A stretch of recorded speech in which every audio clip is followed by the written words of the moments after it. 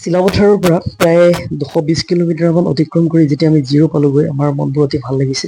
আৰু আমি সেইদিনা ভিউ পইণ্ট হোমষ্টে নামৰ এটা হোমষ্টেত আছিলোঁ। খুব ভাল পৰিৱেশ। এইটো হৈছে সেই হোমষ্টেটো।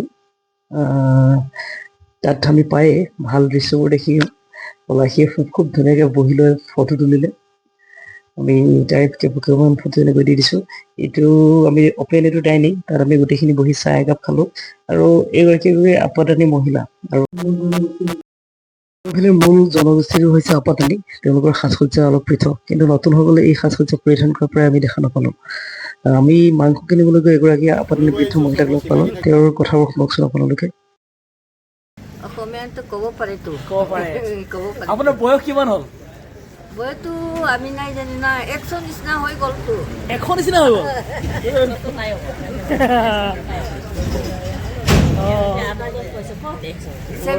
Seventy, 80 হ'বতো। 70-80 হৈ গৈছে। বজাৰৰ পৰা অহাৰ পাছত আমি হোমষ্টেৰ ভিতৰত থকা জুই জ্বলালোঁ। আৰু জুই জ্বলাই আমি ৰন্ধন প্ৰকৰণত লাগি গ'লোঁ। আৰু এই ক্ষেত্ৰত আগফাল ল'লে নমিতা আৰু পলাশীয়ে। আৰু আমাক তেওঁলোকৰ এটা পৰম্পৰাগত পানীয়, এইটো প্লাম ৱাইন আমাক খাবলৈ দিলে।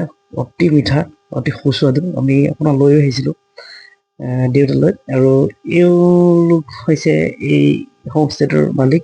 আৰু এই চাওকচোন আপুনি মুঢ়াখিনি।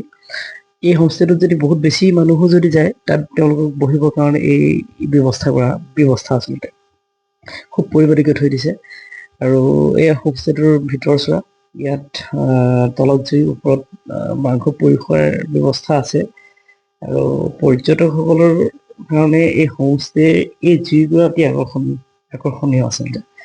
আৰু এনেই হোটেলত আমি প্ৰায়ে যাওঁ, হোটেলে ৰান্ধি দিয়ে, খোৱা বোৱা কৰোঁ আমি তেনেকৈ। কিন্তু এনেদৰে থাকি লৈ চাংঘৰত নিজে বনাই খোৱাৰ মজাটো বেলেগ। আৰু ইয়াত প্ৰতিটো সুবিধাই আছে। গেছ আছে, জুই আছে, আৰু হিটাৰ আৰু গৰম পানীৰ ব্যৱস্থা আছে। গৰম পানীৰ ব্যৱস্থাৰ লগতে অতি চাফ চিকুণ। আপোনালোকে দেখিছে। তোমালোক হোটেল খোলা নি? কি বনাইছে এইবিলাক? হোমষ্টেত আহি হোটেল খুলিছোঁ। গাহৰি মাংস বনাইছোঁ। জিৰত ন?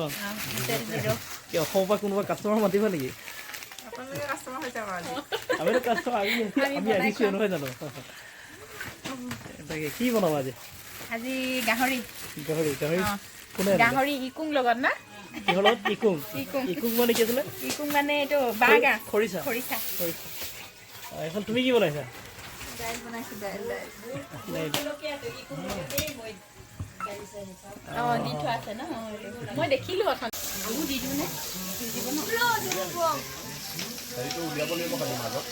পিছদিনা পুৱাই মই আৰু ছোৱালী শুই উঠিলোঁ। খুব নিয়ৰ পৰি আছিল। গতিকে বৰ বেছি ছোৱালীজনী উলিয়াই নিয়াৰ মন নাছিল, কিন্তু তাই নামানে। তাই অলপ চৰ্দি হৈ আছিলে, কাহো হৈ আছিলে।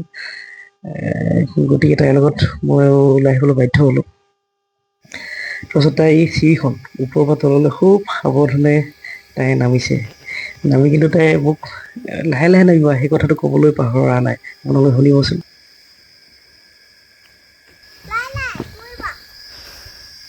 ইমান ধুনীয়া ফুল চাওঁ, ফুলটো চোৱাচোন, নিচিঙিবা দে ন?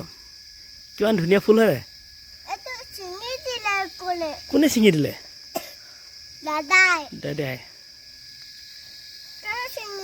দাদাই ছিঙি দিয়া নাই, এইটো মৰহি যায়। ফুলে ফুল পৰা ফুলি একদম পুৰঠ হয়।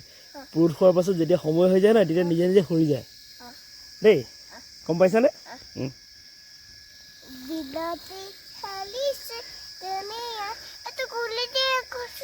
সেইটো কলি হয়, ফুলৰ কলি। সেই ফুলটো নহয় ন, আকৌ এনেকে ডাঙৰ হৈ পাহি মেলিব। অহাৰ আগমুহূৰ্তত হোমষ্টেটোত থকা ফুলবিলাকৰ ভিডিঅ' এটা কৰিলোঁ। আৰু একেবাৰে শেষত আমাৰ হোমষ্টেৰ গৃহস্থক বিদায় দিওঁ বুলি আমি ওলালোঁ। এয়া হৈছে হোমষ্টেটোৰ আন এজন গৃহস্থ। আৰু আমাৰ বাকী সকলো তললৈ নামি আহিছে এনেকৈ বিদায় জনাবলিয়ে। খুব ভাল লাগিলে।